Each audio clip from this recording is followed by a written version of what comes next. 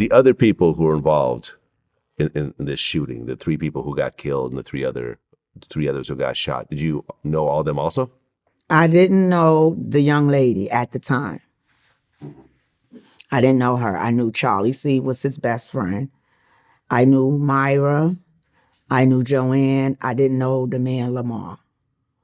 I didn't meet him till after, but Okay. so I knew some of them. I didn't know 2 of them. Okay, but this is now has reached a level of craziness that nobody has experienced up until this point. Absolutely. Did you know the people who were involved in the shooting? I knew one of them. The shooter, I meant. Yes. Okay. I knew one of them. One of them was his sister's ex-boyfriend. She was not with him. It was somebody that she used to date, and it was him, and he brought along 2 friends, or 2 guys. I can't even say friends. Yeah. Well, Azie, he actually cooperates with the police. They rolled me in the hospital. 3 detectives, I believe, or and a district attorney, now that I found out. They rolled in the hospital. I'm in the wherever they had me at, recovery, wherever they had me at. They came in there. The doctors was trying to save my life. They came in there, and they was like, "That we need to speak to him, and we need 5 minutes with him." The doctor said, "I don't think he have 5 minutes." Well, we're going to need those 5 minutes.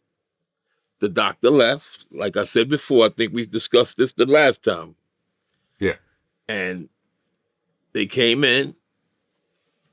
They was like, "You know you're dying, right? You know there's no chance for your recovery, right?" I can't hardly speak. I'm shaking my head, I guess, at the time. They took a tape recorder out. They put the tape recorder on my chest. "We need to ask you a few questions. Was you present in the Bronx, whatever, 1295 Grand Concourse?" I must have shook my head, yes.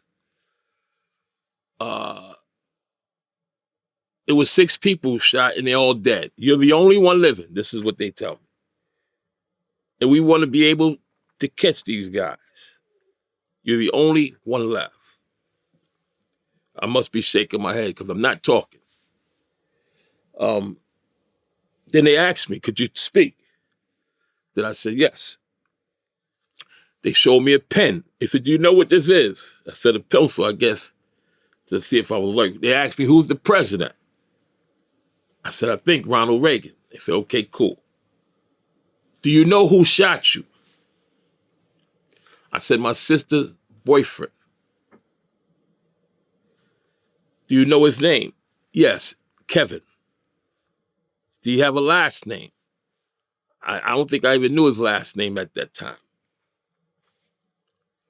"Did he act alone?" "No, he had 2 others with him." Okay. "Do you know what kind of gun he used?" "I don't know.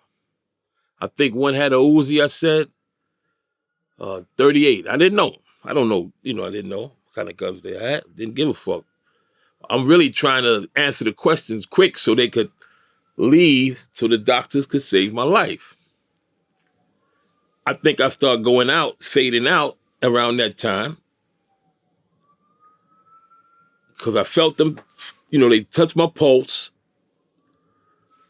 and they said, "Come on, let's go." They took the tape recorder. I think my spirit left my body again because I must have been dead for that second because they was like, put the sheets over me, gone. They left out. Soon as they left out, the doctors rushed in there, started doing what they wanted to do, smacking me like, "You alert?" And I think I shook my head, yes. And the next thing you know, I woke up, I was in the recovery room the next day or whatever.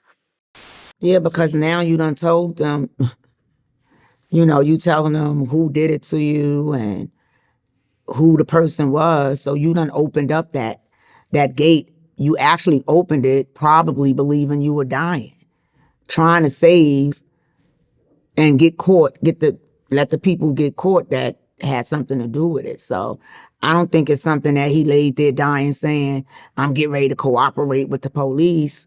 Is you're being questioned. You have 9 gunshot wounds. You just went through whatever you went through in that house.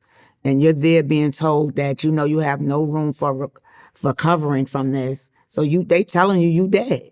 So you tell them who did this to you, probably hoping that they can get a lead on capturing these people that done did this massacre.